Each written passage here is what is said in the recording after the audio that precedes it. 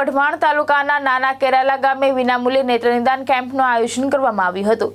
વિવિધ સેવાભાવી સંસ્થાઓ અને ખેડૂત આગેવાન મોહનભાઈ પટેલના સહયોગથી આયોજિત આ કેમ્પમાં ગ્રામ્ય વિસ્તારના નાગરિકોને આંખોની તપાસ અને મફત ચશ્મા વિતરણ જેવી સેવાઓ પૂરી પાડવામાં આવી હતી।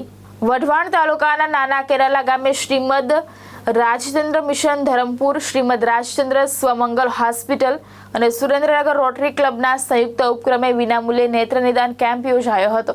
સુરેન્દ્રનગર જિલ્લાના જાણીતા સેવાભાવી ખેડૂત આગેવાન અને શારદાપીઠના ટ્રસ્ટી મોહનભાઈ પટેલના માર્ગદર્શન અને સહયોગથી આ સેવાકીય પ્રવૃત્તિ હાથ ધરવામાં આવી હતી।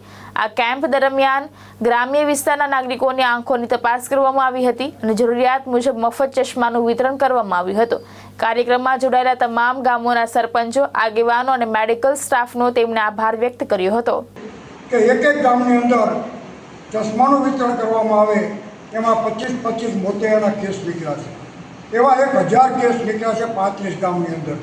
તો એના માટે અમે 22/6/2026, 22/7/2026, 22/7/2028 આ 3 લાયન્સ ક્લબની અંદર જેટલા અમારા મોતિયાના કેસ છે એને રાજકોટ હંસોદાસજી હોસ્પિટલમાં લઈ જવાના, હાવ ફ્રીમાં લઈ જવાના, ઓપરેશન કરાવવાના, પાછા મૂકી જવાના, એવી સંપૂર્ણ જવાબદારી સાથે લોકોને અમે અહીંયા સાથે જોડ્યા છે અને ખૂબ જ સારી કામગીરી બધા સ્ટાફ, દરેક ગામના સરપંચો, ગામ આગેવાનોની અમારી ખૂબ જ કામગીરી સારી હોવાના કારણે આ સચ્ચે એક ગામની અંદર 300 દર્દીઓ એ લાભ લીધો છે।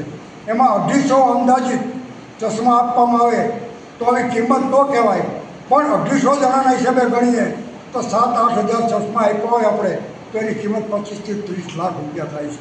આવું તદ્દન આ જે શ્રીમદ રામચંદ્ર મિશન દ્વારા આ જે આયોજન કરવામાં આવ્યું છે એટલા માટે આ એમનો અને રોટરી ક્લબ સુરેન્દ્રનગર દ્વારા જે આયોજન કર્યું છે એને ખૂબ જ એક ટ્રસ્ટી તરીકે, ખેડૂત આગેવાન તરીકે એમને ખૂબ ખૂબ અભિનંદન આપું છું।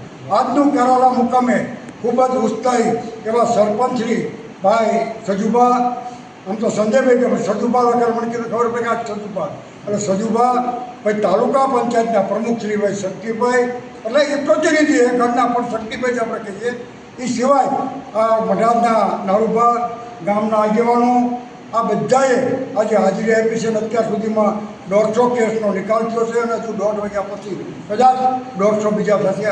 દરેક ગામની અંદર 300 દર્દીઓ થાય છે અને ખૂબ જ ઉત્સાહભર આ મેડિકલનો સ્ટાફ કામ કરી રહ્યો, ત્યારે એમને ખૂબ જ બધા વચ્ચે અભિનંદન આપું છું।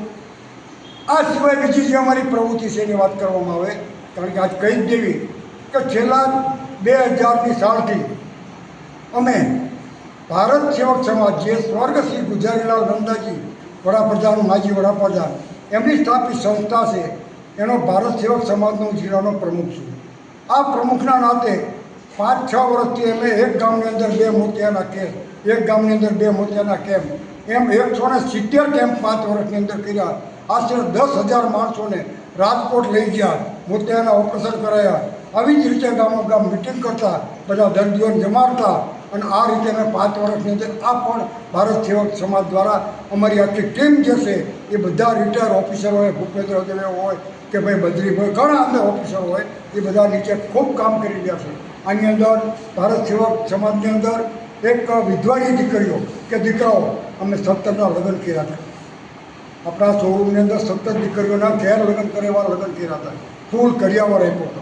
આ સિવાય કે રૂબેલાની રસી આવે, જે દીકરીઓને ઇન્જેક્શન આપવામાં આવે છે, એ દવા એવી હોય છે કે બાળકોને ખોટ ખાપણ ન આવે, એવી 4000 દીકરીઓને સંસ્થાઓમાં જઈ જઈને ઇન્જેક્શન આપ્યા છે।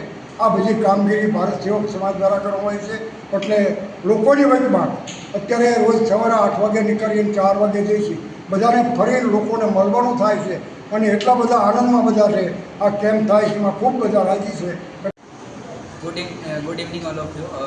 શ્રીમદ રાજચંદ્ર સર્વમંગલ હોસ્પિટલ દ્વારા આપણા શ્રીમદ રાજચંદ્ર દ્વારા સુરેન્દ્રનગરમાં છેલ્લા 1.5-2 મહિનાથી કેમ્પ્સ ચાલી રહ્યા છે, જેમાં અનેમિયા તપાસ અને આંખ તપાસના કેમ્પ ચાલે છે।